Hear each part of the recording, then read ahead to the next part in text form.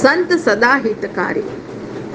શ્રી ગોકર્ણ મુનિ બોલ્યા કે અરે ભાઈ, મધ્યરાત્રિએ ઉગ્ર સ્વરૂપો ધારણ કરનાર તું છે કોણ? શા માટે તે પ્રેત યોનિ ધારણ કરીને શા માટે તું આવા દુઃખ ભોગવી રહ્યો છે? તારી દશા આવી કેવી રીતે પ્રાપ્ત થઈ? તમે શું પ્રેત છો, પિશાચ છો, રાક્ષસ છો? આપ સ્પષ્ટ કરો આ વાતને. મહર્ષિ સૂજીએ કહ્યું કે હે મુનિવર, શ્રી ગોકર્ણજીએ દુઃખી પ્રેતને દુઃખની ગાથા પૂછી છે, ત્યારે એનું હૃદય ભરાઈ આવ્યું છે અને વારંવાર મુક્ત કંઠે રુદન કરવા લાગ્યો. વાણી બોલવાની તો પ્રેતમાં શક્તિ હોતી નથી. એથી સંકેતથી સૂચ્યું કે મને આપ વાચા આપવાની કૃપા કરો, હું દુઃખ ગાથા ગાઈ શકું. પ્રેતની પરિસ્થિતિ જાણી છે. ગોકર્ણજીએ અંજલિમાં જલ લીધું છે, અભિમંત્રિત કર્યું છે, પ્રેત પર છાંટ્યું છે. ગોકર્ણજીએ કરેલા પવિત્ર જલ સિંચનથી આ પ્રેત ધુંધુકારીએ પોતાની ગાથા કહેવાનો પ્રારંભ કર્યો છે. પ્રેતે કહ્યું કે ભાઈ શ્રી ગોકર્ણ મુનિ, હું આપનો ભાઈ છું. મારું નામ ધુંધુકારી છે. મારા અનંત દોષો દુષ્ટતાથી મારા બ્રહ્મત્વનો મેં વિનાશ કર્યો છે. ઘોર અજ્ઞાનમાં અટવાતા મારા કુકર્મની સંખ્યાનો અંત નથી. અને એ વેશ્યાઓએ મારી ઘાતકીપણે હત્યા કરી છે. હું પ્રેત પ્રણાને પામ્યો છું. હું અત્યંત દુર્દશા ભોગવી રહ્યો છું. પવનના આહારથી જીવું છું. પુણ્ય કર્મોના ફલનો ઉદય દૈવ અને આધીન છે. હે બંધુ, આપ કૃપા સિંધુ છો, તો હે ભાઈ, જેમ બને તેમ મને જલ્દીથી આ પ્રેત યોનિમાંથી મુક્ત કરો. આ પ્રમાણેના ભાઈ ધુંધુકારીના વચનો સાંભળ્યા શ્રી ગોકર્ણજી કહેવા લાગ્યા, હે ભાઈ ધુંધુકારી, તારા માટે તમે શાસ્ત્રોક્ત વિધિ પ્રમાણે ગયા તીર્થમાં શ્રાદ્ધ કર્યું, પિંડ આપેલ છે, તો પણ તારી મુક્તિ કેમ ન થઈ? મને આ દિશામાં અત્યંત આશ્ચર્ય થાય છે. જો ગયા શ્રાદ્ધથી તારી મુક્તિ ન થઈ શકે તો પછી બીજો કયો ઉપાય છે? આ સ્થિતિમાં મારે શું કરવું? એ ભાઈ, તું જ વિસ્તારપૂર્વક કહે કે મારે શું કરવું. શાસ્ત્રનું વિધાન: ભૂતઃ ક્રિયા વિહીનઃ સ્યાત પ્રેતસ્તો મહતો યદાત વ્યઘાત પિશાચઃ સુતિકાસ્પર્શો રાક્ષસો બહુ હિંસક. શાસ્ત્રનું વિધાન છે કે જેની પાછળ શ્રાદ્ધ ક્રિયા ન થાય એ ભૂતિઓની પામે, ભયંકર પાપોથી મૃતાત્મા પ્રેતીઓની પામે, સુતિકા ગમન કરનાર પિશાચીઓની પામે, ભયંકર હિંસક રાક્ષસીઓની પામે. ધુંધુકારીએ પ્રત્યુત્તર આપ્યો કે ગોકર્ણ મુનિ, હું એટલું કહીશ કે ગયા શ્રાદ્ધથી મારી મુક્તિ નથી થઈ અને એવા સેંકડો ગયા શ્રાદ્ધો થશે તો પણ મારી મુક્તિ થવાનો સંભવ નથી. એટલા બધા મેં દુષ્કર્મો કર્યા છે. હે ભાઈ, આ ધુંધુકારીની મુક્તિ હજી સુધી થઈ નથી. હવે આપ જ કોઈ કૃપા કરો. શ્રી ગોકર્ણ ઋષિ અત્યંત આશ્ચર્ય પામ્યા. પ્રેતને કહેવા લાગે, સેંકડો ગયા શ્રાદ્ધો જો તારી મુક્તિ ન કરી શકે તો તારી મુક્તિ મને અસાધ્ય લાગે છે. ભાઈ, હતાશ ન થઈશ. હે ભાઈ ધુંધુકારી, હાલ તું નિર્ભય બની તારા સ્થાનમાં રહે. ખૂબ વિચાર કર્યો, ભગવાનનું ધ્યાન કર્યું છે. ભગવાનનું ધ્યાન કરી ભગવાનની કૃપાથી કોઈ પણ ઉપાય તો કરીશ ભાઈ. ભગવત કૃપાથી કોઈ પણ વસ્તુ અસાધ્ય નથી.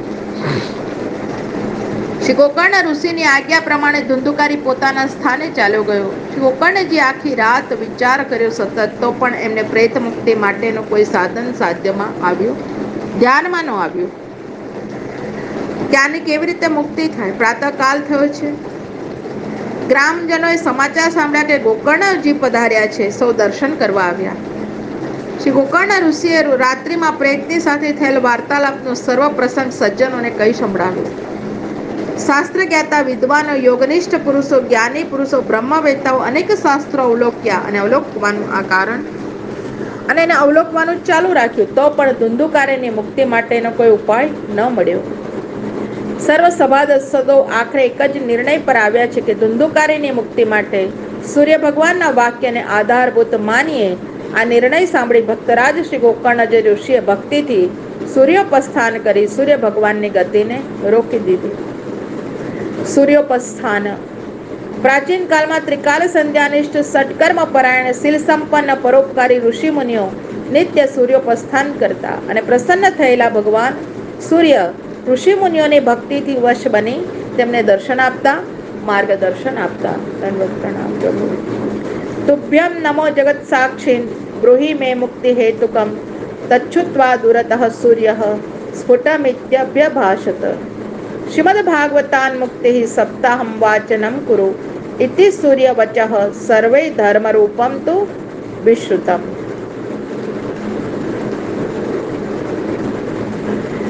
हे जगत साक्षी भगवान सूर्य, हे जगत साक्षी भगवान सूर्य जी, हे प्रभु आपने मारा नमस्कार हो। आप મને પ્રેત ધુંધુકારીની મુક્તિનો ઉપાય બતાવો।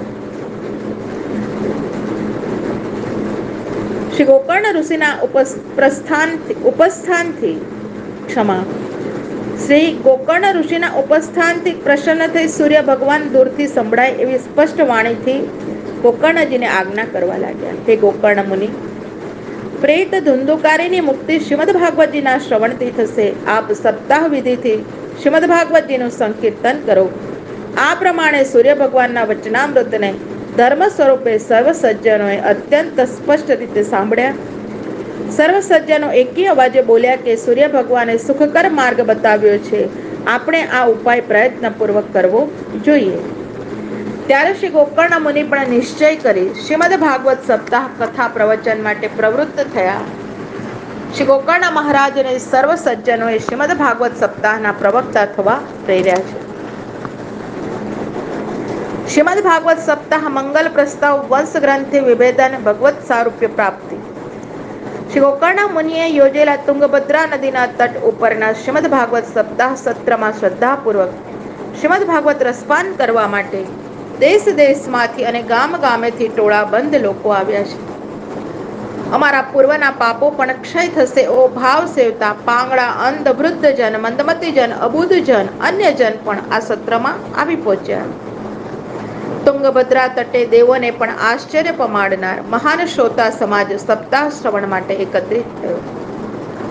જ્યારે વ્યાસપીઠ પર બિરાજ્યા શ્રી ગોકર્ણજી ઋષિ હરિકથામૃતના પાન કરાવવા લાગ્યા, ભગવદ ગુણાનુવાદ ગાવા લાગ્યા, ત્યારે એ સપ્તાહ સભામાં પ્રેત ધુંધુકારી પણ આવી પહોંચ્યો અને આગળ પાછળ ચારે બાજુ પોતાને બેસવા માટેનું સ્થાન નિહાળવા લાગ્યો। તેણે એક ઊંચા 7 ગાંઠવાળા ઊભા વાંસને જોયો। આ પ્રેત ધુંધુકારી પોતે વાયવ્ય દેહવાળો હતો। પંચભૌતિક દેહીની માફક એ સ્થિર રાસને બેસી શકે એમ ન હોવાથી, સ્થિર આસને ન બેસી શકે માટે એને વંશમૂલ ભાગમાં આવેલા છિદ્રોથી પ્રવેશ કર્યો છે અને કથા શ્રવણ કરવા માટે વાંસમાં જ પ્રવેશીને બેસી ગયો। સપ્તાહ મનોરથથી એક વૈષ્ણવ વિપ્રનું મુખ્ય શ્રોતા તરીકે વર્ણન કરવું। શ્રી ગોકર્ણ મુનિએ એક વૈષ્ણવ વિપ્રને પ્રધાન શ્રોતા કરીને તરીકે આસન પર સ્થાપ્યા। સ્પષ્ટવાણીથી પ્રથમ સ્કંદથી આરંભી શ્રીમદ ભાગવતજીના કથાખ્યાનને સંભળાવવા લાગ્યા। સપ્તાહ કથાના ક્રમે શ્રી વારાહ ભગવાનના પ્રાગટ્ય કથા પ્રસંગે પ્રથમ દિવસની કથાનો સાયંકાલે કથા વિરામ કર્યો અને એકાએક વિસ્મયકારક ઘટના ઘટી। જે વાંસમાં ધુંધુકારી બિરાજમાન હતો, સર્વ સજ્જનો કથા સાંભળી રહ્યા હતા અને ત્યાં તૂટવાના શબ્દ સાથે એ વાંસની પ્રથમ દિવસની ગાંઠ તૂટી। દ્વિતીય દિવસ સપ્તાહ ક્રમે ભરતાખ્યાન કથા પ્રસંગ વિરામ સમયે સાયંકાલે બીજા દિવસનો વિશ્રામ થયો, વાંસની બીજી ગાંઠ તૂટી। તૃતીય દિવસના સપ્તાહ ક્રમે શ્રી નૃસિંહજી ભગવાનના પ્રાદુર્ભાવ પ્રસંગે ત્રીજા દિવસનો કથા વિશ્રામ થયો, ત્રીજી ગાંઠ તૂટી। આ પ્રમાણે 7 દિવસના કથાના વિશ્રામના ક્રમ અનુસાર વિરામો થતા ગયા। ક્રમવાર 7 ગાંઠો તૂટતી ગઈ।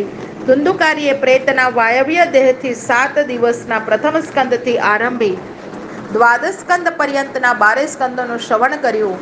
વાંસની અને વાસનાની સર્વ ગાંઠોને ભેદીને પ્રેત યોનિનો ત્યાગ કર્યો, એની મુક્તિ થઈ ગઈ છે। શ્રીમદ ભાગવત ભગવાન કી જય, શ્રી ગોકર્ણજી કી જય।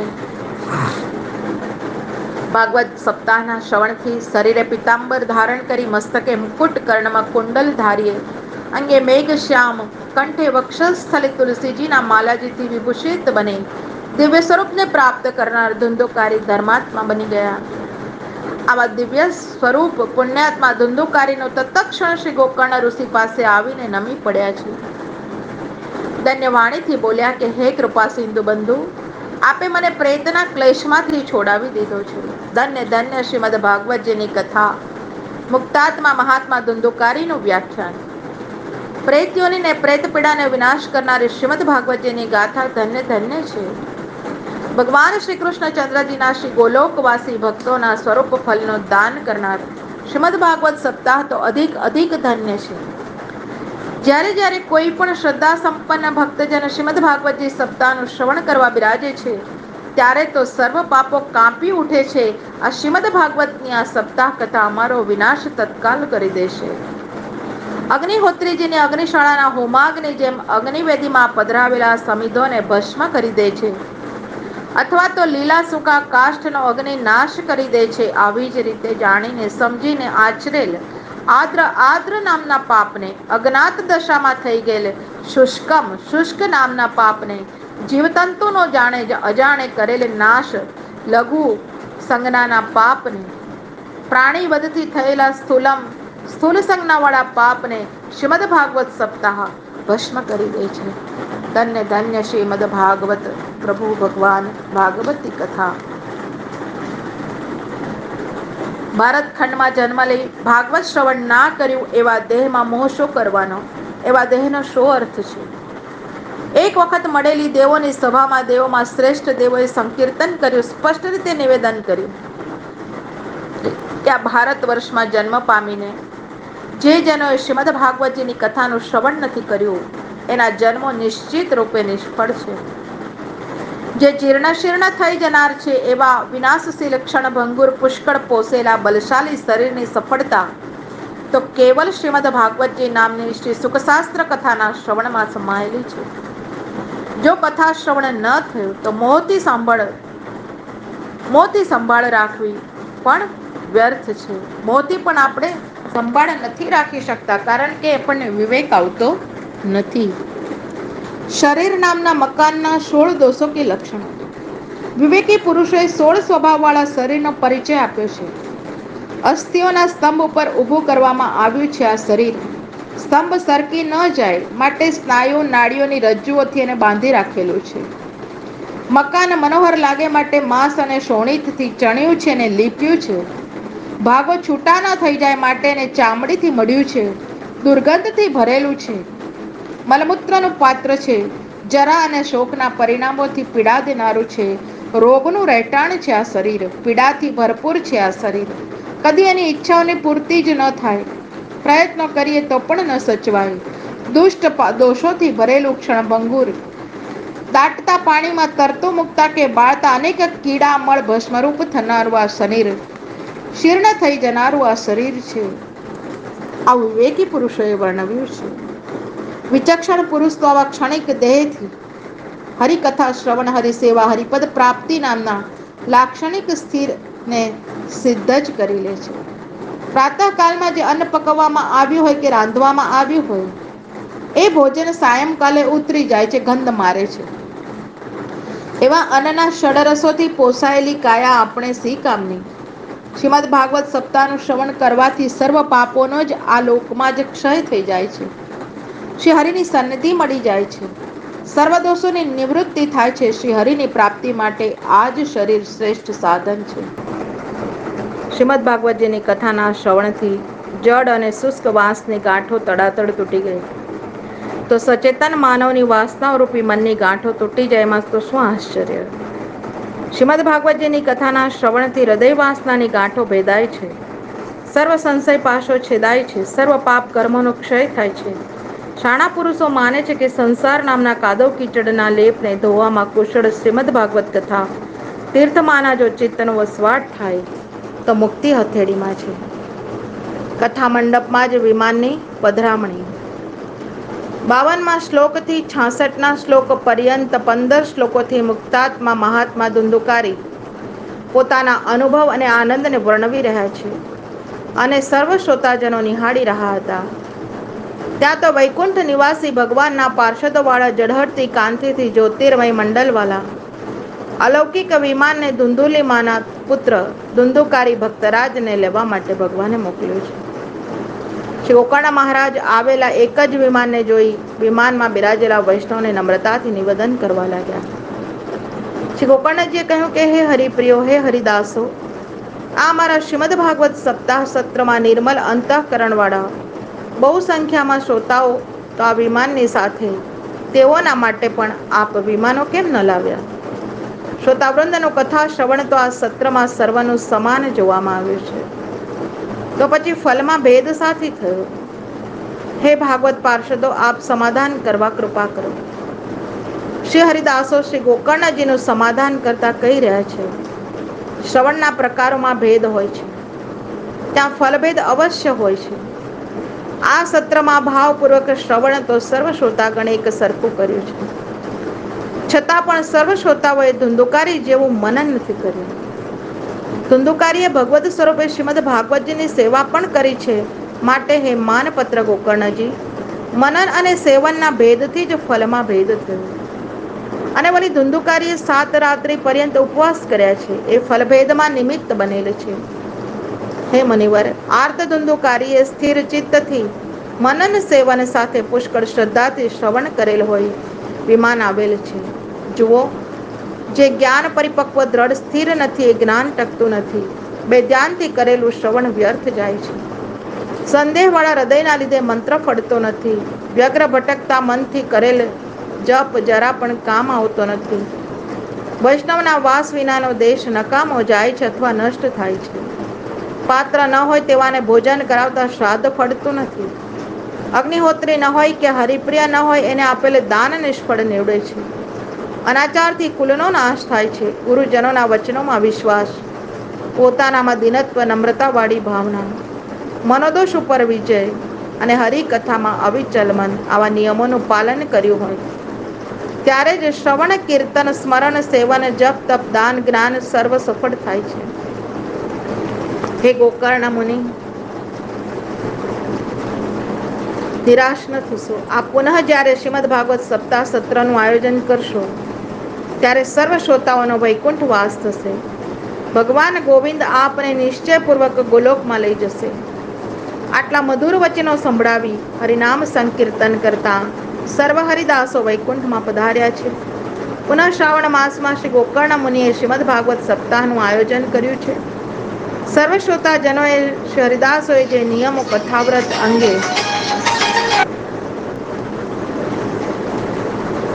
વર્ણવ્યા હતા એ જ પ્રમાણે 7 રાત્રિ સુધી પુનઃ શ્રીમદ ભાગવત સપ્તાહનું આયોજન કર્યું છે.